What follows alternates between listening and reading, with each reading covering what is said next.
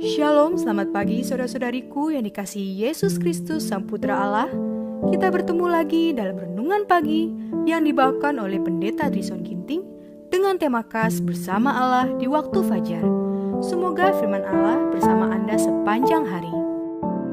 Shalom umat Tuhan dimanapun kita berada. Tak terasa kita sudah tiba kembali pada hari yang ke-7 pada minggu ini. Dan kita sudah diberkati di sepanjang hari-hari yang sudah berlalu dalam keadaan sehat. Dan semoga kita baik-baik saja. Renungan kita pada pagi hari ini, Sabtu 20 Agustus 2022 dengan judul, Kita ditebus oleh darahnya.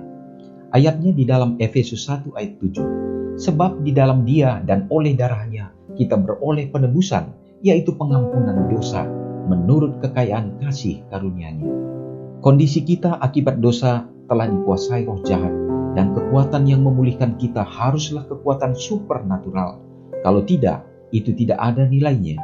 Hanya ada satu kekuatan yang dapat mematahkan cengkraman kejahatan dari hati manusia, dan itu adalah kuasa Allah di dalam Yesus Kristus.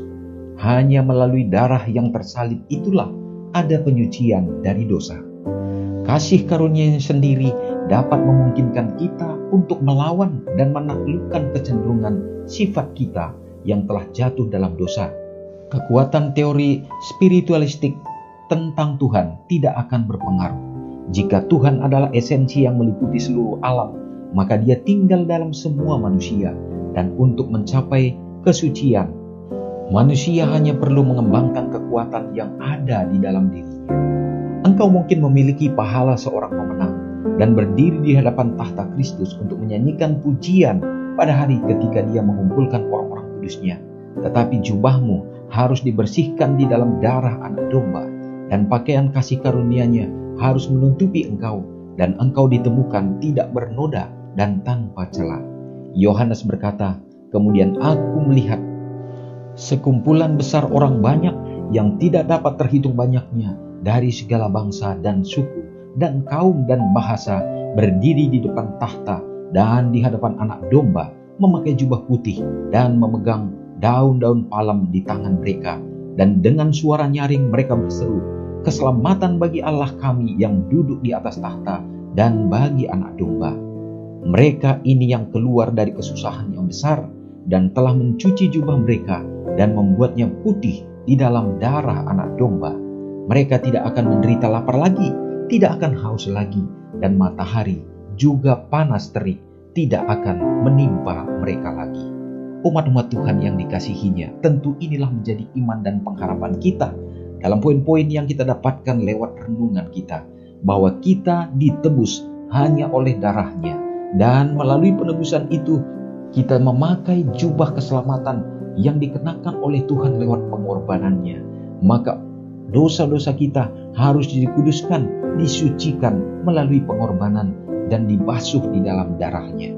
Saudaraku, dan inilah yang harus selalu kita kenakan, yaitu jubah kebenaran Tuhan, yang mana itu akan dinyatakan untuk menutupi akan kehidupan kita dari dosa-dosa, yang mana itu akan nyata dan ditunjukkan lewat perbuatan kita. Kita hidup dengan penuh belas kasihan, kita hidup di dalam pengampunan, dan kita hidup untuk menjadi terang bagi Kristus. Itulah yang dinyatakan bahwa kita sudah ditemukan tidak bercacat dan tidak bernoda, maka kita akan berada dalam kumpulan yang besar itu untuk menyongsong kedatangan Tuhan.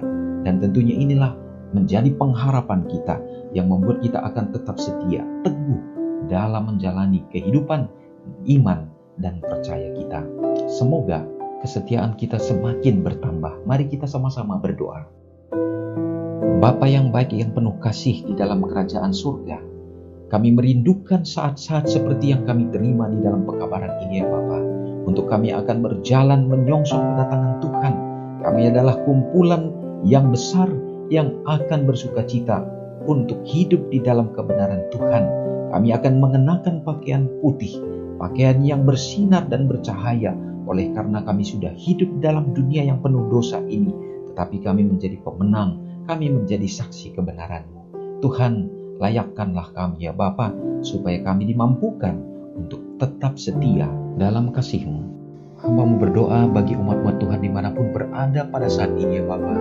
Biarlah Tuhan akan hadir di dalam kehidupan rumah tangga kami selalu, membawa kebahagiaan, sukacita ya Bapa, supaya menjadi guru bagi kami untuk menuntun kami di akhir zaman ini, supaya kami dapat menaklukkan segenap tantangan-tantangan yang akan datang menerpa. Demikian juga melalui keluarga-keluarga yang akan berkumpul dalam gerejamu, biarlah dipenuhi dengan sukacita, bersatu bersama-sama untuk menjadi saksi kebenaran, membawakan kabar Injil ini kepada orang-orang sehingga banyak jiwa yang akan dipersiapkan. Juga kami mendoakan bagi bangsa dan negara kami ya Tuhan. Biarlah Engkau akan memberikan selalu kebijaksanaan bagi pimpinan, mulai dari yang terendah sampai kepada yang tertinggi, di dalam menuntun dan mensejahterakan rakyat, dan juga ya Bapa dengan kebijaksanaan untuk dapat memberikan kebebasan bagi kami umat-umat Tuhan untuk beribadah dan menyatakan Injil kebenaran ini kepada semua orang. Juga mendoakan bagi orang-orang muda yang hidup di dalam gereja Tuhan, biarlah mereka berdiri teguh menjadi tiang-tiang bagi jemaat-Mu, dan biarlah di dalam menentukan harapan dan cita-cita mereka sesuai dengan kehendak Tuhan, sehingga apapun berkat yang mereka terima, semua itu dapat menjadi kemuliaan bagi Tuhan saja. Dengan harapan mereka akan tetap setia dan teguh di saat di akhir zaman ini. Kami yakin bahwa mereka juga menjadi sasaran-sasaran setan untuk dibuat jauh daripada-Mu. Tak lupa juga senantiasa mendoakan orang-orang tua yang ada di dalam umat-umat Tuhan. Biarlah Engkau menjaga, melindungi mereka sehingga melewati masa-masa ini dengan indah dan penuh dengan damai sukacita dari surga. Ya Tuhan, iman mereka diteguhkan untuk menantikan Engkau. Hamba-Mu yakin dan percaya kami akan dipenuhi dengan kasih-Mu dalam melalui sepanjang hari ini, dan biarlah hidup kami hanya sepenuhnya beribadah kepada Tuhan saja. Terpujilah Engkau dan mengampuni dosa kami Tuhan, karena doa ini hamba-Mu serahkan di dalam nama Yesus yang sudah menjadi juru selamat kami. Amin. Selamat pagi, Shalom, Tuhan Yesus memberkati. Ingatlah Matius 5 ayat 13-16.